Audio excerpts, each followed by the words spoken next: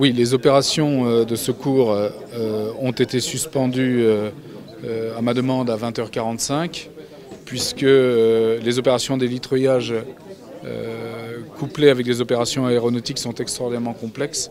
On peut faire voler la nuit des hélicoptères, on peut, mais on ne peut pas faire d'opération d'élitreuillage lorsqu'il fait nuit.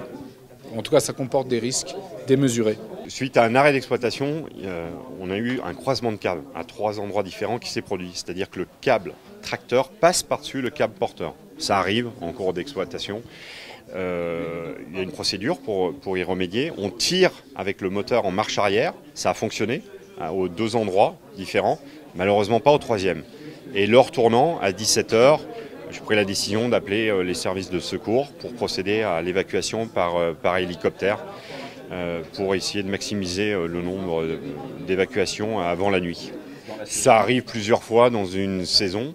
Là, malheureusement, le timing a fait qu'à 17h, il fallait prendre une décision et conformément à la procédure, avec la préfecture, on a décidé d'arrêter les tentatives et de maximiser l'héliportage des clients. C'est une opération de secours qui est hors norme. Elle est hors norme par le volume de personnes à secourir. On secourt rarement 110 personnes d'un coup en haute montagne.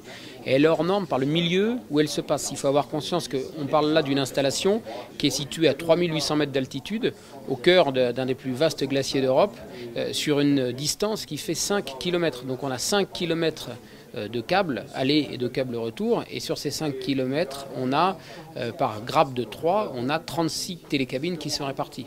Donc c'est tout simplement inouï l'ampleur qu'a pris cette opération de secours.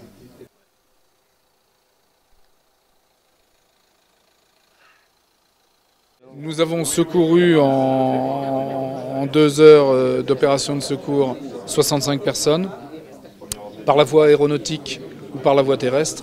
Il reste actuellement 45 personnes là-haut, à 3600 mètres, qui vont donc passer la nuit en altitude. Mais fort heureusement, nous avons réussi, avec le concours de nos amis italiens, à élitreuiller des secouristes français et italiens qui vont accompagner, dans toute la mesure du possible, les personnes qui restent là-haut. Nous serons évidemment toute la nuit très attentifs à ces personnes.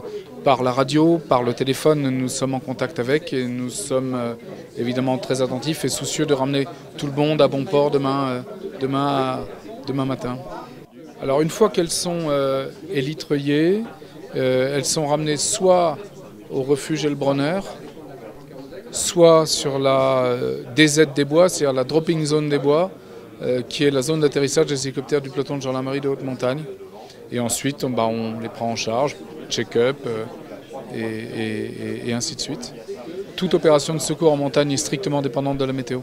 Pour élitreuiller, c'est une manœuvre de chirurgie aérienne, puisqu'il va s'agir de faire survoler à un hélicoptère un câble, donc déjà premier danger, et puis de faire descendre au bout d'un autre câble qui est celui du treuil un secouriste sur une surface dont il faut avoir conscience que c'est pas plus grand qu'une table.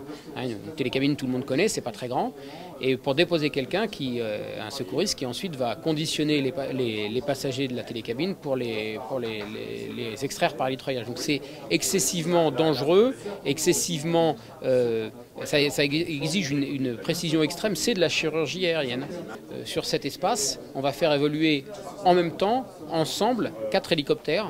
Et donc, outre le danger déjà objectif d'un seul hélicoptère par rapport à un téléporté sur câble, il faut éviter aussi que les 4 hélicoptères se percutent. Nos amis italiens avec lesquels nous partageons le secours sur le massif du Mont Blanc sont très efficaces, disposent d'expérience, de compétences et de moyens qui viennent utilement compléter les nôtres.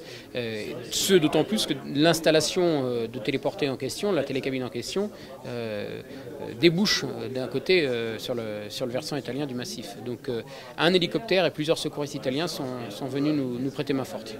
Alors sur cette opération, on a déployé 4 hélicoptères, 2 de la sécurité civile, un privé requis et l'hélicoptère du secours alpin italien.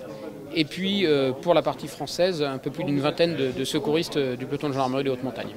Donc, chaque cabine est équipée d'un kit de survie. Il y a 5 barres énergétiques dedans, 2 bouteilles d'eau et une couverture de survie et une liaison radio avec laquelle donc, on est en mesure de communiquer et passer des infos aux clients.